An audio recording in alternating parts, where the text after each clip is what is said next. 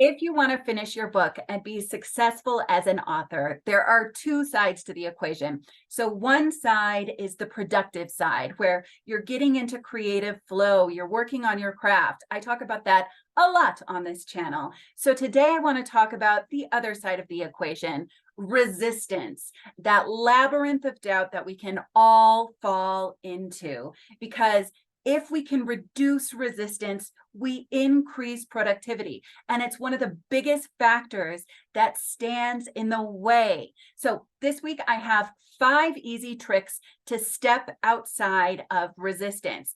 Because first and foremost, resistance is not real. It's not rational. It's not a fact. What I'm trying to say is the thoughts we think when we're in resistance, maybe I'm risking everything. Maybe I'm not good enough. Maybe this is never going to happen. That's not real, because the fact is, when you're more productive and when you reduce resistance, anything is possible. You can shoot for any goal. So really, resistance is a state. It's a state in your imagination. So I'm going to talk about effective ways to just step outside of it. You don't need to talk to your resistance. You don't need to rationalize your resistance. We just need to step outside. So first, I want to do a quick screen share, because the first step to reducing resistance is just figuring out where you are. So here we've got the emotional scale. And so if you can pinpoint where you are on the emotional scale, are you worrying? Are you jealous? Are you just in a state of despair? Wherever you are on this scale, you don't have to be in ecstatic productivity where you're just completely inspired all the time. Working with resistance gradually and moving up the emotional scale helps a lot. So if you want a copy of this, I have a journaling workshop down below that helps with resistance. It's my motivation journaling workshop. And so I have a copy of this. And in fact, I've actually this is one I made specifically for myself. In the journaling workshop, it explains exactly what all of this is. So I call it the 9-stage roadmap from burnout to creativity. And so I tend to overwork a lot. I get really tired. I get depleted margins, emotional stress, etc. And so often resistance is just a state of, it's an emotional state because you're tired, because you're exhausted, etc. So I wanted to be able to provide those 2 charts, and you can sign up below and have them delivered to your email absolutely free. But that's step number 1 in getting out of resistance, is just figuring out where you are on the map, what's going on, and then trying to reach for a higher state, or doing what your body needs in that moment, which leads us to step number 2. So borrow from someone else's vibe. I know that when I'm in resistance, when I'm doubting myself, one of the best things I can do is put on a movie, or put on a podcast, or put on this YouTube channel, subscribe below, put on this YouTube channel and just borrow somebody else's belief, not rely completely on myself, but get something in my ears to drown out the negative thoughts and get me more into a positive vibe.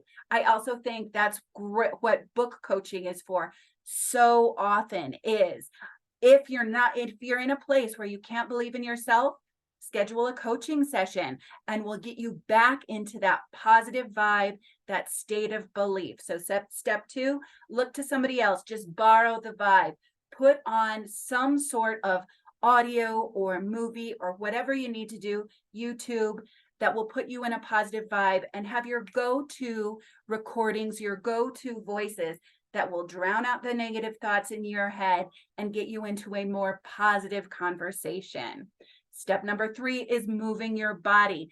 As I said, resistance is a state. So often our body needs something, food, sleep, water. And so just getting into your body and really giving it what it needs in order to support you. It could mean taking a walk or taking a jog or dancing around the room. Just move your body a little. Don't stay slumped. Really do a pattern interrupt if you're deep in resistance, and do something that feels good for your body. 4, of stepping outside of resistance. Don't try to talk it off the ledge. Step outside of it. This is asking for help. So you may have a friend, a sister, a relative, a coach who can help get you out of your state of resistance. So this is a little bit like borrowing someone else's vibe, but you can borrow somebody's vibe who you don't even know. You can put on a podcast and borrow that vibe. This is really getting help from a friend. Or another way of asking for help is surrendering it to a higher power. This is great. If you feel like you've gotten too built up in your own resistance, surrender that resistance, give it over to a higher power, and just move forward that way. You don't have to cling or grip to that resistance. Move forward, surrender it, or ask for help from a higher power, ask for help from a friend. And then the final step to step outside of resistance is self-care. So that's the other reason I'm providing the journaling workshop below. I know for myself, when I get into a state of resistance, it's usually because I've exhausted myself. It's usually because I'm working too hard or I'm becoming resentful. We all have our own patterns. So really taking a moment for yourself, giving your soul and your body what it needs to move forward, that's the best way to keep going. So as a free gift below, if you're wondering how to do the self-care, check out the journaling workshop I created for everybody. You'll find the link right down there. And I hope you take some time for your author dreams this weekend.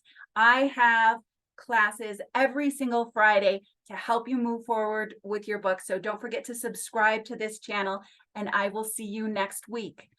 So much love.